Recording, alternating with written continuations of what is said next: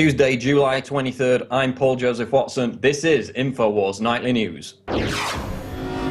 Tonight, while U.S. intelligence committees approve arming Syrian rebels, a massive al-Qaeda prison break at Abu Ghraib, and even more fluoride in your food than in your tap water? All that and more on tonight's INFOWARS Nightly News.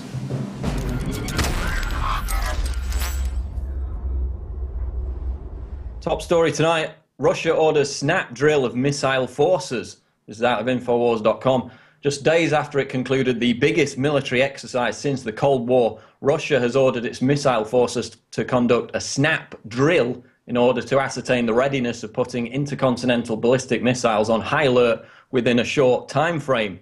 So while Barack Obama was concerning himself with a court case out of Florida, the Russian bear roars once again.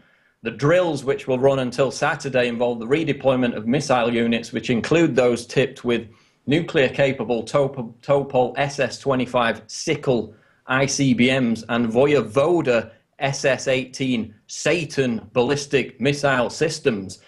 Quote, the goal of this snap check is to assess the ability of missile units to go on high alert in required time and to evaluate their readiness to perform the designated tasks, said Colonel Igor Yegorov, a spokesman for the Defense Ministry in Russia. So as we reported last week, of course, Russia just staged the largest military exercises since the Soviet era in the aftermath of the Israeli attack on Russian-made weapons in Syria, which was announced last week, occurred, of course, early in July. And the exercise, the biggest exercise since the Cold War, according to Konstantin Sivkov, was aimed at US and Japanese forces. So the question is, now we've got another snap drill which Putin has ordered for the missile systems to be ready. Is Russia gearing up for a major conflict? Well, they're increasing their military expenditure by 60% by 2015, while the US is reducing its military expenditure 15%. Part of that expenditure, of course, is paying for these new YARS-M ICBMs that can penetrate US missile defense systems. Simultaneously, we have the US aiming its European-based missile systems at Russia while claiming that they're to counter Iran. And back in May, the Russian Prime Minister, Dmitry Medvedev, called on the nation's defense industry to provide state-of-the-art weapons superior to their Western analogues. So he's basically saying, we want our missiles to be bigger, better, go further than anything that the US is developing. So while the economic downturn has reduced military outlay in places like America and Europe, both China and Russia continue to build. And the US, of course, has exploited the North Korean provocation to build up its presence in the Pacific, which again is aimed at Russia and China. What we know for sure is that while the US continues to be overstretched in the Middle East as a result of its attempts to occupy that region, Russia is getting militarily prepared to an extent that we've not seen for decades. Staying with geopolitical news, US intel committees approve arming Syrian rebels. Top general warns of costs. This is out of Russia Today. The House and Senate Intelligence Committees have given a green light to arm Syrian rebels as their concerns were alleviated, but a top US general warned that high costs of military options could reach into the billions. This, of course, is Martin Dempsey, the chief of the US Joint Chiefs of Staff, the highest-ranking military advisor, basically warning that it's going to cost between $500 million and $1 billion a month to maintain a no-fly zone, which of course is a euphemism for a total bombardment on Syria, and may even be ineffective because the Syrian army relies on artillery, not air support, to fight the insurrection. So while US cities like Detroit are going bankrupt, the Obama administration is pushing for another multi-billion-dollar military bombardment on Syria. In the meantime, the report states US President Obama will continue with the plan to arm Syrian rebels after several congressional concerns were alleviated. And it looks like Dempsey, with this article, is actually trying to stop this madness, labeling the move for what it would be, which is not a kinetic action like we saw in Libya, but an overt act of war. And of course, John Iran McCain is threatening to derail Dempsey's position as chairman of the Joint Chiefs of Staff as a blackmail to get him to push for this no-fly zone military bombardment. But at the moment, he's warning against it because Syria is not Libya. You know, Libya had a paltry army of 15,000 soldiers and virtually no air force. Syria, on the other hand, has one of the most sophisticated air missile defense systems in the world, stronger even than Iran, according to most analysts. And they've got these Russian-made surface-to-air missiles, of course. So we know that any kind of no-fly zone bombardment of Syria will be met with a fierce response and inevitable loss of life on all sides. But, you know, the excuse is we need to stop the weapons of mass destruction. Well, you know, where have we heard that before? Do they mean the chemical weapons that were admittedly launched, used by the Obama-backed rebels, as the UN report stated, the same rebels who slaughter and ransack entire Christian villages, as we're going to see in the next article? Of course, the only reason they're arming the rebels now, that they're pushing through with it, is because the Syrian army is scoring key military victories across the country. They've already been receiving the weapons from Gulf countries with the aid of the CIA, these al-Qaeda rebels. Now, because they seem to be losing militarily, McCain and others are continuing to push for this military bombardment by the ludicrously labeled no-fly zone, now being given the green light by US and House intelligence committees. Moving on, photos. Obama-backed Syrian rebels ransack Christian village. Images obtained exclusively by INFOWARS show the aftermath of an alleged massacre of a Christian village in Syria, during which men, women and children were slaughtered and churches were desecrated by Obama-backed FSA rebels. And you can see these photos up on the screen now. Basically, we had a report back in May that the FSA rebels went into this village near Homs, massacred most of the village. Now we've got the actual photos of it. And as I point out in this article, it was the Sunni Muslim Syrian army that actually stopped this massacre as it was unfolding, came to the aid of the Christians in the village who were slaughtered or being slaughtered by the rebels. So again, it isn't an issue of Islam versus Christianity. It's the radical jihad terrorists that are being backed by the White House. And in this instance, the Syrian army, which is mainly Sunni Muslim, managed to stop some of the tragedy. But as you see from the photos, churches desecrated. There's an image of a charred, what looks like an infant, reports of a massacre there, and we obtained those photos, disturbing as they are, which you can see on Infowars.com. Moving on, total failure of foreign intelligence as spy agencies miss massive al-Qaeda prison break. This is out of SHTF plan Mac Slavo.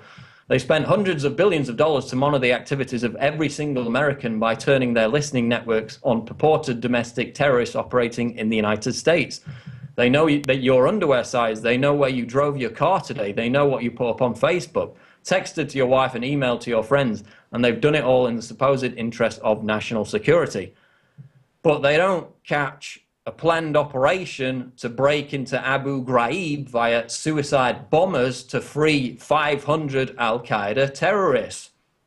So, you know, while the NSA is reading your email, they're tapping your phone calls, storing your text messages, all in the name of stopping the terrorists. They know nothing about a huge prison break in Iraq, which has just freed 500 al-Qaeda terrorists, who I'm sure will be very useful with the Obama administration's attempt to topple Bashar al-Assad in Syria, using those very same al-Qaeda-backed terrorists that they control. Now, 500 more added to the equation, but you've got to have your kids groped by the TSA to fight the terrorists.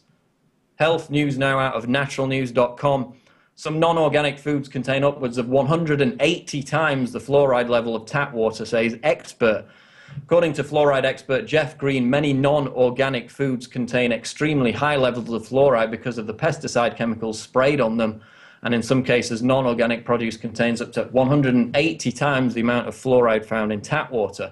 So we cover this in the interview that's coming up, but there's a new study today which says that 100 years ago, they added iodine to the salt and it resulted in a 15-point increase in IQ. Yet there's another study by European researchers which found that over the last 100 years in America, IQ has dropped by 15 points. So we've got a differential of some 30 IQ points that have dropped if you account for the iodine, We've got Harvard and other scientific studies directly linking fluoride consumption with reduced IQ. And now, of course, we've got confirmation, as we already knew, that this article recaps, that fluoride is not only in the tap water, it's also in a plethora of other foods. So again, you know, this is a choice we can all make. This is a battle that we can win. Costs a little bit more money to go organic, to avoid all these foods with this toxin, the pesticide, of course, all the other toxins that are in the food, but it's worth it. You know, the health benefits are enormous. You're not going to get ill as easily, which you're going to pay for anyway. And of course, the mental effects, the lowering of IQ, best to avoid that probably with everything else we're being bombarded with. So again, important to focus on the fact that fluoride is also in foodstuffs to the level of 180 times the amount it is in tap water. Final story today, royal baby will suck our blood in mid-21st century, says Russian lawmaker.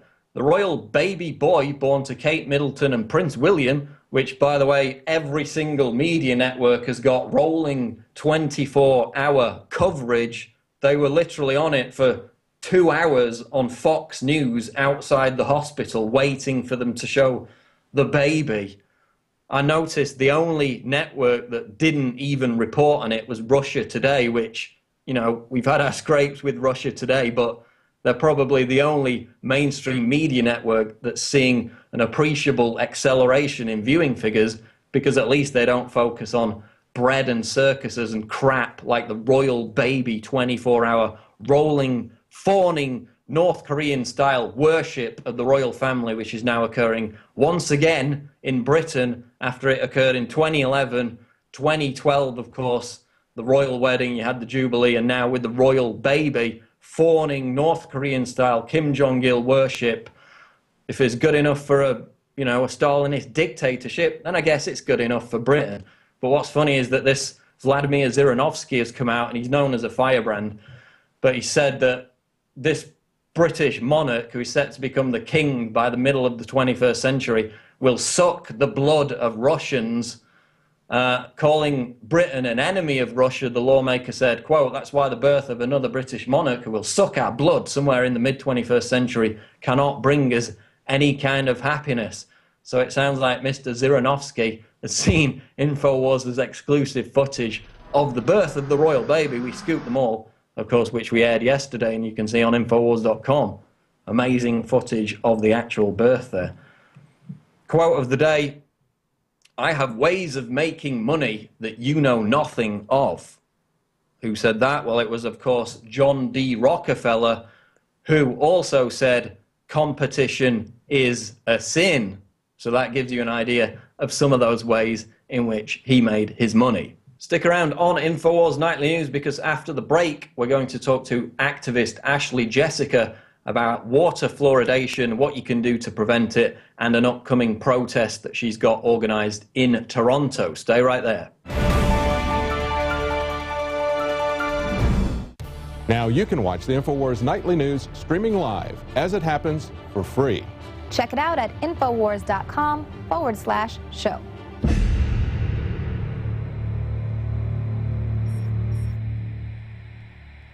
Johnny Appleseed was born during the Revolutionary War. He's not just a legend. And in more than 5 states, he introduced apples that had not even been grown in the colonies. Later, the seeds from plants he planted and cultivated and some of the varieties he developed spread across the United States. And it was Johnny Appleseed teaching the colonists and then the new Americans, after we won independence, the love of planting fruit trees that introduced that idea to North America. Ladies and gentlemen, it is a revolutionary act to unplug from the television, to unplug from the computer and all the globalist propaganda, and to go out in your backyard or your front yard or planters at your apartment or on the roof of the building where you live, and to plant a garden. Become the Johnny Appleseed of your community with seeds from the INFOWARS Seed Center at INFOWARSstore.com. I'm calling on you to go out into the green belts, to go out into the areas and plant secret gardens. No, not of marijuana, but of the hundreds and hundreds of incredible high-quality vegetables and herbs and fruit plants that are here. Lemons and oranges, the list goes on and on. They will grow, plum trees, grape trees, they will grow almost everywhere in the U.S. We can literally, not just buying these products from InfoWarsStore.com, but from wherever you get them. This aggressive program literally just came to me one morning when I woke up about 4 a.m. realizing that we've got to counter their genetic war against us with original, real crops developed over eons on this planet. We have the lowest prices. We bought it in the biggest bulk that some of these companies have ever seen to ship this directly to you from the InfoWars Command Center. We stand for life. We stand for liberty. We stand for self-sufficiency. Go to InfoWarsStore.com, click on the Seed Center, and as of taping this, we have the 7 top respected brands. We intend to continue to do research and find other companies, other specialties, other varieties to really take action. The InfoWars Store Seed Center has the largest online selection of heirloom, non-GMO seeds. Check out these products from our newest supplier, Heirloom Organics. The Medicine Garden for a natural remedy. The Tea Garden that contains every important tea herb you can grow. Fruit Lovers with 12 varieties. And the Tobacco Pack, additive and pesticide free. Join the gardening revolution today at InfoWarsStore.com. This is a revolutionary action we're asking you to take. Plant seeds everywhere today. Nurture them, bring them to fruit, and pass on the knowledge to others. Become human again. Discover your roots in the soil. And remember, the revolution against tyranny is growing.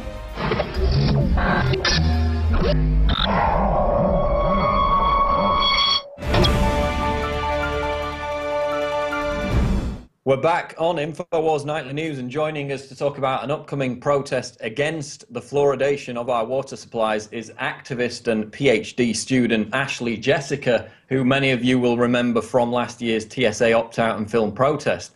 Ashley, welcome to the show. Hi, Paul. Thanks for having me. Now, just to drill down into this quickly, for those who are new to the subject, give us an outline of what fluoride is and where people are most likely to encounter it in terms of food supply and water supply. Well, the most commonly added type of fluoride is hydrofluorosilicic acid, and that is a chemical toxic waste byproduct of phosphate fertilizer production. So that basically, it accumulates in the smokestack scrubbers that are on top of phosphate fertilizer plants, and it is then dumped into the water supply. And it contains so many other toxic chemicals such as lead, arsenic, mercury, and radioactive substances. So that's where it comes from. And it's in our water supply, and it's very nutritious. Right. In fact, I watched a video from 2011. It was a tanker spill in Texas, and the news media was saying, you know, they were all there in their hazmat suits cleaning up the hydrofluorosilicic acid as it melted through the concrete, and then calmly announcing, oh, by the way, this is what we put in your water. So given that we know what it is, that it causes all these horrible illnesses if people come in direct contact with it, tell us about the cancers and the other life-threatening goodies that have been linked with fluoride consumption. Right. I mean, the reason the scrubbers were added onto the smokestacks is because when it was released into the atmosphere, it was causing adverse health effects and adverse environmental effects. It has been associated with an increased risk of bone cancer, thyroid dysfunction, kidney dysfunction, skeletal and dental fluorosis, endocrine dysfunction, arthritis, and so many other adverse health consequences. Yeah. And that's all in Harvard studies, peer-reviewed studies. You've read them all recently, haven't you? Yeah, I've been reviewing the research quite a bit. There was a Harvard study that came out recently that found an inverse relationship between fluoride consumption and IQ. It was an analysis of 27 different studies relating consumption of artificially fluoridated water to IQ, and they found about a 7-point difference between communities that had high fluoride concentrations and low fluoride concentrations. And a study even came out in 2011 which found that even at low concentrations of fluoride, there are still negative consequences in terms of IQ. So even at low fluoride concentrations, it can still adversely affect IQ. In fact, there was a new study I read yesterday by European researchers, and it detailed how IQ in Western nations over the last century has dropped by 14.1 points. And if you actually look at it, that's more likely to be nearer 30 points, because a separate study which came out today said that when they added iodine to salt about 80, 90 years ago, that boosted IQ by 15 points. So in fact, whereas we should have had a boost in IQ over the past 100 years, we've had a 14.1% decrease. And as you mentioned, these Harvard, these other studies are directly linking that with fluoride consumption. So it's not only the health effects, it's the IQ reduction that people are concerned about. In fact, there was a quote that I wanted to refer back to, which was, you know, they talk about, oh, fluoride, they're putting poison in the water supply. There's this whole Dr. Strangelove pejorative thing about crazy paranoid conspiracy theories. But US Air Force Major George R. Jordan, who was a US Soviet liaison officer in the 50s, said this, quote, using the fluoride in the water supplies in their concentration camps, he's talking about the Soviets, to make the prisoners stupid, docile, and subservient. So the Soviets admitted to doing it. The Nazis, if you read the crimes of I.G. Farben, admitted to doing it. And now it's in our water supply. So I guess, Ashley, if it's good enough for the Soviets and the Nazis, then it's good enough for America. It's just insane that it's being added in. I mean, even at low concentrations, they found that a 1 milligram per liter increase in urinary fluoride found in someone's urine was associated with a 0.6 decrease in IQ. It's just insane to me that it's continued to be added into the water supply. And it's cumulative, because we know it's not just in the water supply, it's in hundreds and hundreds of foods. It's cumulative. Right. It builds up over a lifetime. It's not as if you're going to have a drink of tap water and you keel over and die. It builds up gradually. But then we get the flip side of the propaganda, which is this prevents tooth decay. In fact, if you look at the actual studies, there's no real evidence for that, is there? No, a study came out in 2009 which found that there was no relationship between the amount of fluoride ingested and tooth decay. And the largest U.S. study published in the Journal of Dental Research found that there was a gain of 0.6 of the surface of a tooth for those drinking fluoridated water. And that was not a significant difference. So the research really does not support the notion that fluoride is good for your teeth when it's ingested. And then the mere fact that fluoride has been in the United States water supply in the vast majority of major cities for 60 years. It hasn't in Europe, yet tooth decay in both Europe and the United States has declined equally. So that suggests it's got nothing to do with fluoride whatsoever. While on that subject, you've got 60% of the US population drinking fluoridated water. Residents of 46 of the nation's 50 largest cities in America drink this.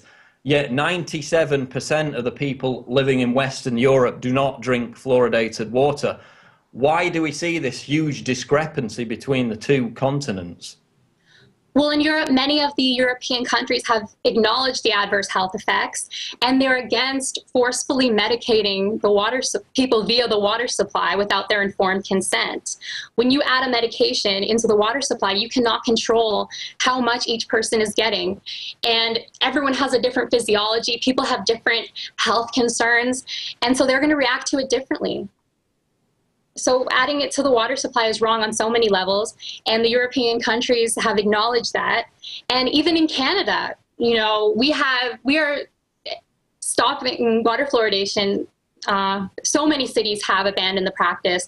Windsor stopped adding it to the water, Calgary, Waterloo, and we're hoping that Toronto is going to be next. And the amazing fact is, US citizens drink more artificially fluoridated water than the rest of the world combined. Now, we've seen victories. We've also seen complaints about the water supply being equated with terrorist threats in some areas of America. So whereas in Europe we've seen generally a lot of success when citizens groups try to get fluoride out of the water, if it is in there, it's still quite rare in Europe. But in America, there's still a huge push to keep it in the water supply. I mean, what do you think the agenda is? Is it just financial for financial reasons, or is there another agenda behind that? It's really hard to say. It's hard to say if people genuinely believe all of the faulty research that's been parroted over the years, or if there is some kind of other agenda, or if it's financially motivated.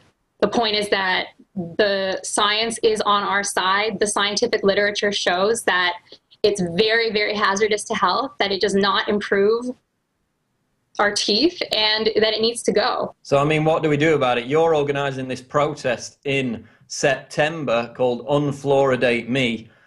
Tell us when and where that's going to take place. Yes, that's going to be taking place September 21st in Toronto. So if you are from Toronto, please join the Facebook page. It's called Unfluoridate Me. And go to our website, which is endfluoridetoronto.com. We have a petition up there. We're just trying to get as many signatures as possible, as much support for this as we can, so that we can get city councils to put this issue back on the table, and that we can have the opportunity to present all of the research to them, and hopefully they will take it out of the water once they realize how hazardous it can be. So is Toronto fluoridated at the moment then? Yes, it is. And Canada in general is much like the US, I imagine. We're not as fluoridated as the US. I think we're at about 30%. Like I said, a lot of cities have abandoned the practice in recent years. So we're heading in the right direction. You know, when Dr. Paul Connick came to speak in Toronto, he said that if we can get fluoride out of the water in Toronto, this can be the catalyst for the rest of Canada. And then the US will pretty much be alone with water fluoridation, and maybe then they can wake up and question, you know, why does the rest of the world not do this, and their teeth are still fine. And of course, people in their own cities, we encourage to, you know, create their own protests around the same date and have marches in major cities in the US as well. Give us that website once more in closing. Yeah, that would be awesome if other people could join and create their own fluoride protest for that same day. The website is endfluoridetoronto.com. And if you want to get in touch with me at all about any of this, you can tweet at me at Ashley Jessica. Okay, we'll definitely be revisiting this issue as the protest draws nearer. Ashley Jessica, thanks for joining us on InfoWars Nightly News. Thank you. Thank you. So we hope everyone will go and support Ashley with the website endfluoridetoronto.com, that protest against fluoride coming up in September. Recapping our top headlines tonight on InfoWars Nightly News, Russia orders snap drill of missile forces.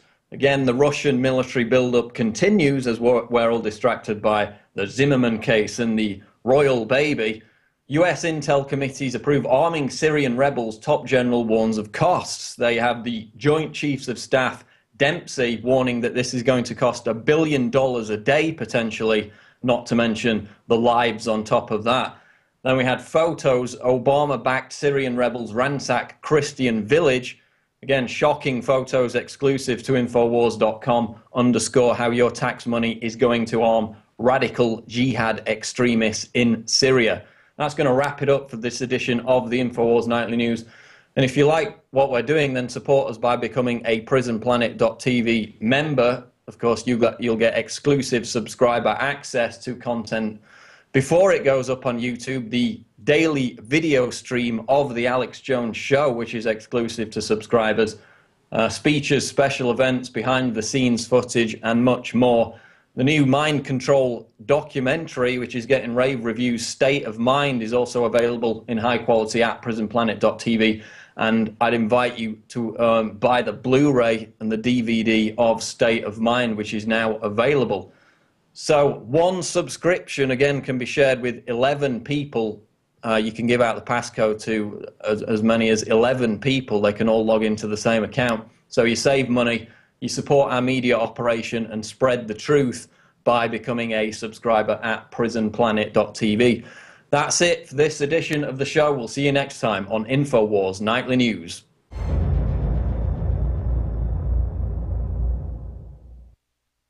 Now you can watch The Alex Jones Show live as it happens at Infowars.com/show.